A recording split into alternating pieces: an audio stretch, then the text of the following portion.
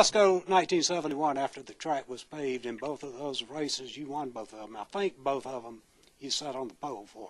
You know, I don't remember. I remember more of the old time stuff. Hey, that's me too. You know what I mean? than what we done in. I did know that we won a couple of races down there after the asphalted track, but I don't really remember that much about that particular deal. You got to figure is when we first went down there was not a whole lot going on. There wasn't a lot of press. There wasn't no TV. Not that many people come to the track. And as time progressed, we got sponsors. We got responsibilities to more fans, more interviews, more all over. So you didn't really get into the racing part and remember what you changed on the car, what needed to be done. So when you come back to, like you say, 71, I don't even remember. I just know we went down there and it was asphalt and we put asphalt tires on the car instead of dirt track tires. That's about it. Well, that comes up to the point I wanted to raise next. There are a lot of people, including me, I think, that feel NASCAR's tremendous success today would not have happened had it not been for these smaller tracks and the way it all got started, where kids like me at 11 years old could come aggravate guys like you to become the first Richard Petty fan.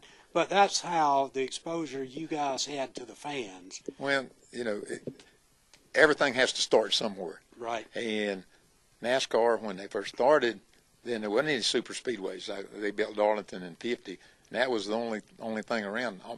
Like 90% of the tracks we run were dirt. Then over a period of time, they started asphalting more and more of the half-mile tracks and stuff. And, you know, like Columbia got paved, Greenville got paved, you know what I mean. Spartanburg, they didn't ever pave. But I'm just saying, just in that local area.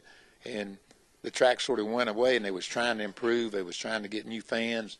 The cars got better, faster. You know, everything just sort of grew up.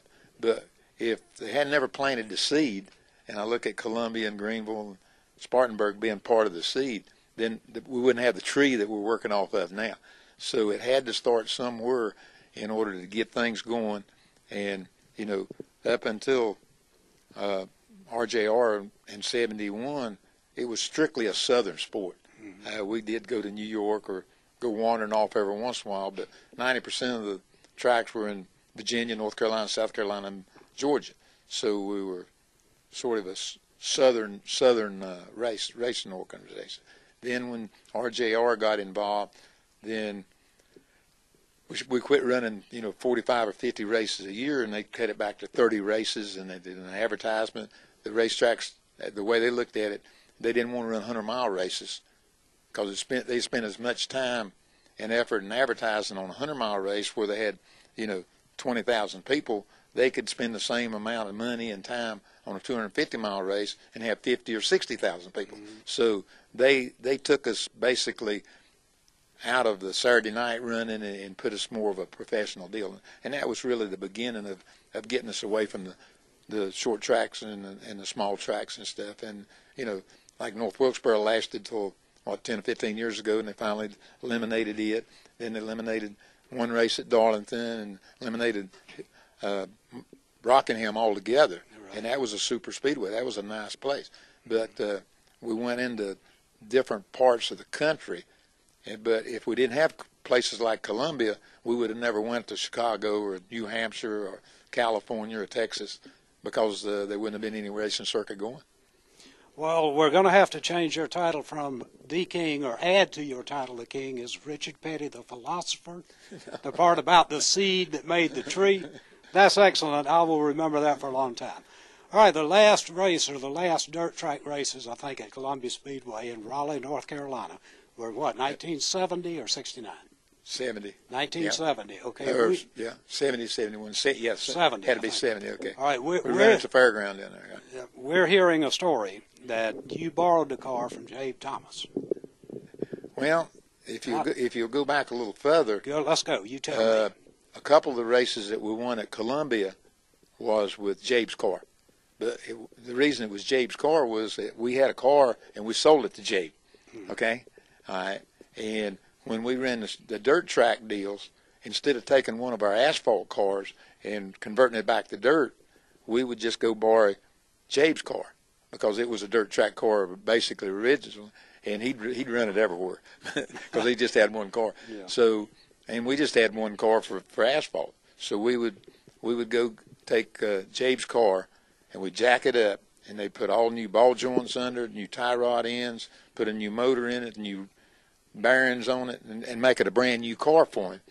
And then we'd run the race, and then we'd give it back to him, and then he could probably run, 10 or 15 races on the same stuff that we were on one race with. So it was good for him, it's good for us. And I think we won either 2 or 3 races by using that engine, but I mean that car. But the very last race dirt track was at Raleigh, North Carolina at the fairground. And definitely that was the car. He owned the car.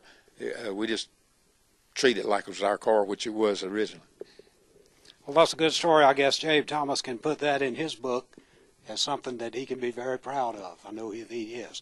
All right, in 1986, I believe, at Charlotte Motor Speedway, did you actually drive a number 6 car for D.K. Aldridge that he owned? Yeah, we was over there, and this you got to figure this was before everybody had 2 cars, or before, if you go to the racetrack now, everybody's got a primary car and a backup car. Okay, at that particular time, was running at Charlotte, there was no such thing as a backup car.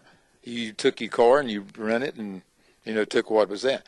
Anyhow, I crashed the car practicing or qualifying or something at Charlotte, and it's one of those deals where we didn't have a backup car and we didn't have time to come home and get one, so we borrowed DK's car, and I think it was green and black or something anyhow, and all we did was put a big STP decal on the side of it and run it, and I think we ran part of the race and finally blowed it up. But anyhow, it was DK's car at that time, yeah.